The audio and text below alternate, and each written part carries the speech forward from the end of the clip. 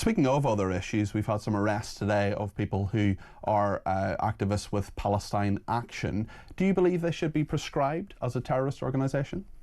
Well, I'm not aware of the arrests today. I've been in my constituency advice session, but in relation to Palestine Action, what I would say is the criminal law exists for a reason, and people who take direct action do so knowing that criminal sanctions are in place and criminal proceedings could be brought. Do you condemn their actions at RAF Brize Norton?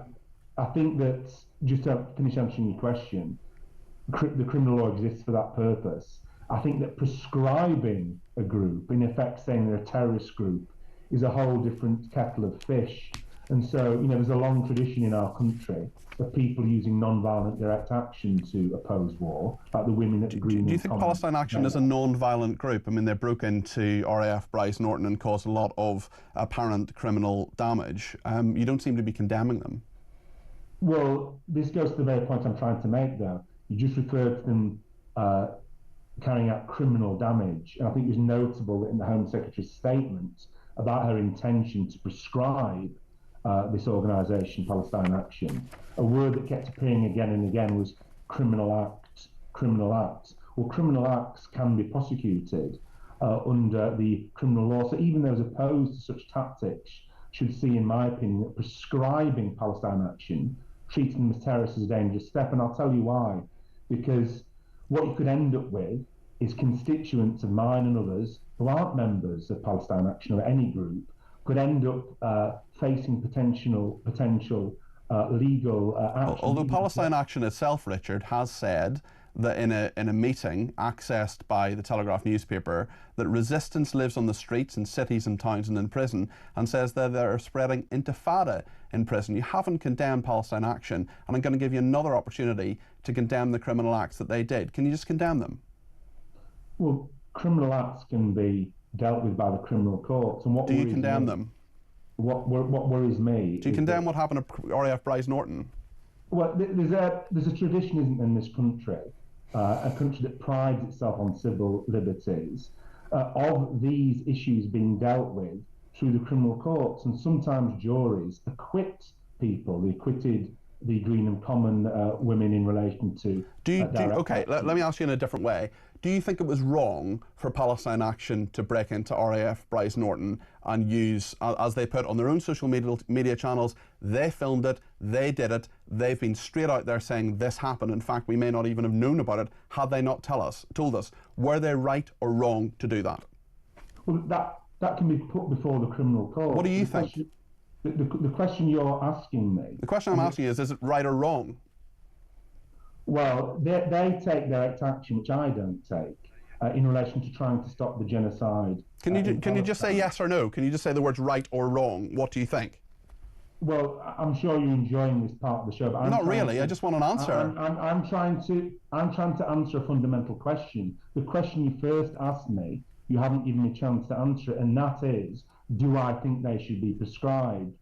That's what's going to happen when the Home Secretary brings an order on Monday, and there'll be a vote potentially on Parliament on Wednesday. I can say very clearly to you and your listeners that as someone who believes in civil liberties and someone who believes that the criminal law is there to deal with acts of criminal damage, I'm very concerned of the implications of prescribing an organisation. I don't think people need to be a supporter of an organisation to say there can be concerning implications if they're treated as terrorists. Now, most people listening to this show will think, and most reasonable people think, that a terrorist organisation is an organisation that does horrific things like shooting people. Well, they said they want to spread intifada in prisons. Okay, Richard, I think we've established. Okay, I think we've established that you're against them being prescribed. I think we've dealt with that. What I want to get an answer on now, which you haven't given me so far, is whether you personally think it is right or wrong that Palestine Action broke into RAF Brize Norton and did what they did. What I think is far worse than any criminal act. Why won't you tell me?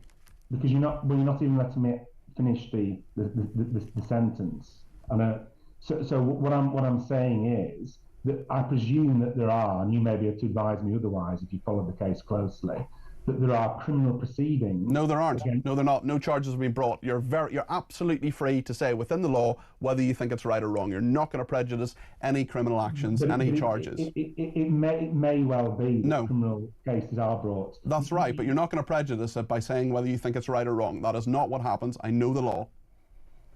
Oh, great. So the issue is, in my opinion, that the criminal law is there to deal with acts and allegations of criminal damage. To say that an organisation should be prescribed as terrorism is not the same thing. It goes against traditions of civil liberties. Okay, we've established that. What I'm failing to establish, Richard, is whether you think it's right or wrong what Palestine Action did. I'll just ask you one more time. Do you think it's right or wrong what Palestine Action did when they broke into RAF Brize Norton? I think the greater, in my opinion, the greater wrong than any criminal damage that's been done in various incidents across the country is the genocide that's taking place. It's not a genocide. It's not a genocide.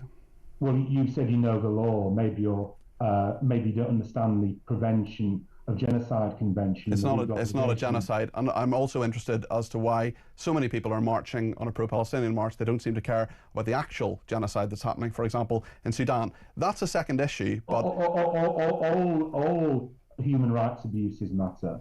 All lives. Does the law matter? Does the law matter in this country? Because you haven't said whether you think Palestine Action is right or wrong to break into RAF Brize Norton.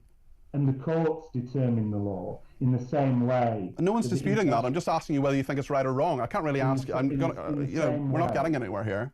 In the same way that the international courts will determine the question of genocide rather than a presenter on TalkTV. Okay, well, I mean, you haven't answered my question, Richard, but nonetheless, thank you for the interview. I think people will draw their own conclusions from what you say. That's Richard Burgon there.